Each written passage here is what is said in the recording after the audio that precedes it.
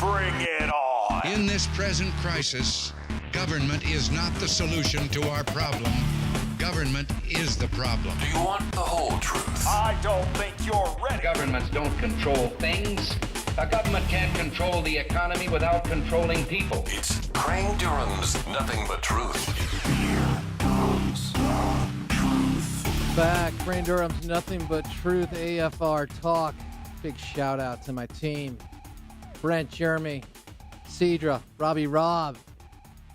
Getting us all hooked up. So many times there are things that happen behind the scenes technically to produce the show, and you all are not made aware of them because of their great work and professionalism. We certainly appreciate them. Thank you so much.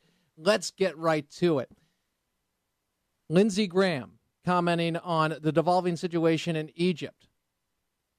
He had this to say about 24 hours ago. Now, understand, we have Lindsey Graham and John McCain voicing support for the Muslim Brotherhood, the root cause of the violence and the democratic experiment initially not working. Okay, let's roll it. Well, the first question is, does it matter to us as a nation? Yes, it does. You're going to fill this in the pocketbook at home. If this continues and there's more violence and Egypt becomes a failed state, it's going to skyrocket oil prices. The Suez Canal is a vital economic artery for that part of the world. Our military uses it. Al-Qaeda will fill in any vacuum created by a failed state. And it'll probably be the end of the peace treaty between Israel and Egypt for almost 40 years. It's been a source of stability. So the stakes are incredibly high to us, from our pocketbook to our best friend in Israel. And the only way to stop this is for America to lead. This is another example of leading from behind doesn't work. Well, I just say at least he mentioned our best friend in Israel. But how can he carry that view as well as having the Muslim Brotherhood being a part of the process? As I said in my video last night, post-show, the problem is the Muslim Brotherhood, and they are outside the bounds of what a process that would yield a government that would be representative of the people and protect minorities, specifically Christians, moderate Muslims, from a theocratic regime. And they've proven that. Our president has embraced the Muslim Brotherhood. Our president has gone about apologizing for America. And people say, well, he really wasn't apologizing. Semantics. And this is what happens when, quite frankly, you criticize a problem, you speak to ending wars, and, in essence, lead from behind, which is not leading. This is what you get. Weakness invites aggression, and when you don't use our greatest, one of the greatest assets we have in the war for freedom, in the war for freedom and the free world, as we are leader of, whether we like it or not, still, and I say thankfully, bottom line, we've got to start identifying the enemy and start exposing what they believe. Nobody likes, I mean, does it ever strike you as bizarre? You ever sit there and go, okay, we have political correctness pretty much being used to silence Christians from speaking faith, speaking the gospel, and yet the outrage over anything that is perceived as anti-homosexual, and they kill them over there. Now, it's disgusting.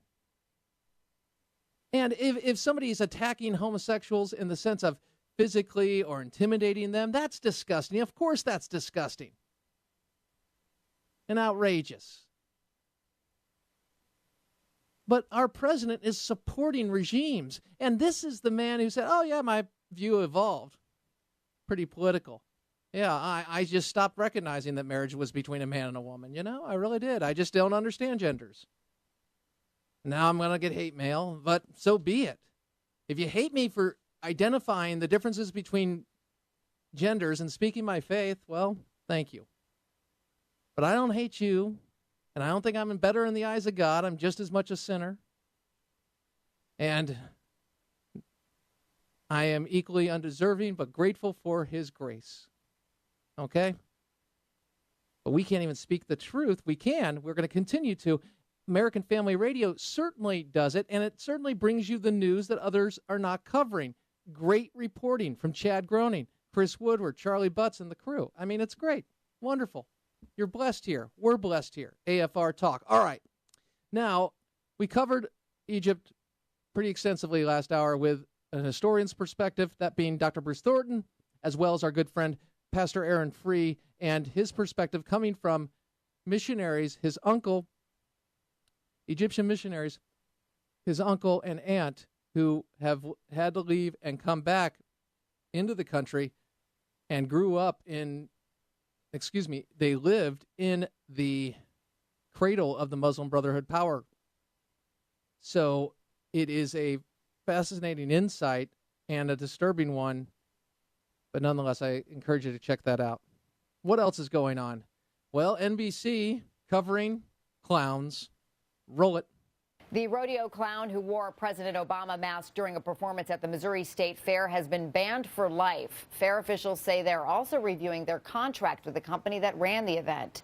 The weekend incident sparked outrage nationwide after video of the event went viral. Spectators were asked if they wanted to see Obama run down by a bull. Fair officials did not release the identity of that clown. Okay, Clowngate. Bottom line, I don't like when presidents are mocked in that fashion, period. Not a race idea here. And I think it's interesting. Christians are mocked continuously all the time. And liberals are doing much of the hating that's going on. Yet, if it comes to anything of criticizing them, well, no, can't do that. However inartful it is. And they did the same thing to George H.W. Bush. But I don't boo the president. I don't believe in that. You can do that. It's your right. I don't believe in it. I actually don't hate President Obama. I don't like his policies. I think they're wrong. I'm very disturbed by the style of governing, and that's a euphemism for his disregard for Article 1 of the Constitution and the legislative process. That said, NBC did do some actual reporting on the impact of Obamacare, the Affordable Care Act in Ohio, speaking and reporting on people that are struggling to find work and stay employed. Roll it. Luke Perfect has worked at a Subway franchise in Maine for a decade. Oil, vinegar, salt, pepper. But he recently was told his hours would be cut to 29 a week. It's very tough. I'm scratching by as it is with overtime. Luke's boss, Lauren Goodrich, who owns 21 Subway franchises, says it's all because of the new health care law. Employers must provide health insurance to anyone working 30 or more hours a week.